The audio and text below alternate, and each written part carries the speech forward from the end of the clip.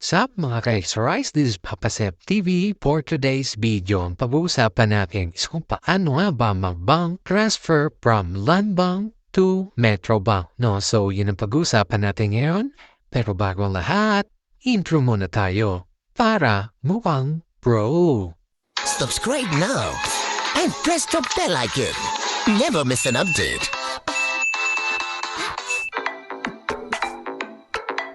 Nandito na tayo guys sa mga application natin. So, syempre guys, click lang natin dyan si Landbank kasi magka-transfer tayo kay Metrobank. No? So, click lang natin. At ayun na guys, naglo-loading na si Landbank application natin. No? So, din lang natin. At syempre, magpapakita to guys. Ilalagay natin yung PIN natin kay Landbank para makapasok tayo. No? So, syempre, ito yung papakita guys, no? Yung laging important advisory ni Landbank para hindi tayo ma-hack or makuna ng pera. So, click OK. And then, makikita nyo na guys dito sa dashboard natin. Dito sa account natin, nakikita nyo yung amount. No? So, mag-transfer tayo ng pera from Landbank to Metrobank. No? So, click lang natin itong fund transfer. After mag-click guys is click ulit natin tong fund transfer sa taas. No? So, click lang natin yan. After mag-click yan guys is destination account. No? So, click nyo lang yan destination account na yan. Tapos, mapupunta tayo dito. No? Yan. Yan guys. No? So, dito, unenrolled account. No? So, click lang natin tong bank, select bank. No? Kasi hanapin natin yung banko na pagpapadala natin.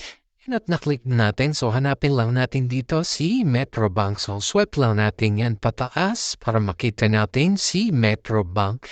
At ayan na nga guys si Metrobank. No? So, kapag hanap nyo na or napili nyo na kung anong papadala nyo is click nyo lang. No? Click natin sa Metrobank.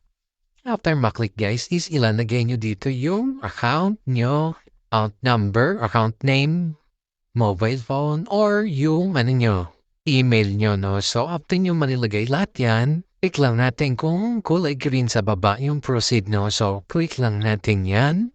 At dito na nga guys, mapupunta kayo dito, no? So, lagay na nga dyan yung Metrobank, no? At ilalagay naman natin yung amount kung magkano ipapadala natin, no? So, lagay na nga natin yung amount dyan, guys, no? So, ang nilagay ko dito is 50,000, guys, no? Tapos, yung, transfer channel natin para mas madali guys is InstaPay, no? So, wag guys sa PESONet kasi medyo matagal dumating yung pera doon kay PESONet. InstaPay guys, agad-agad, nandiyan agad.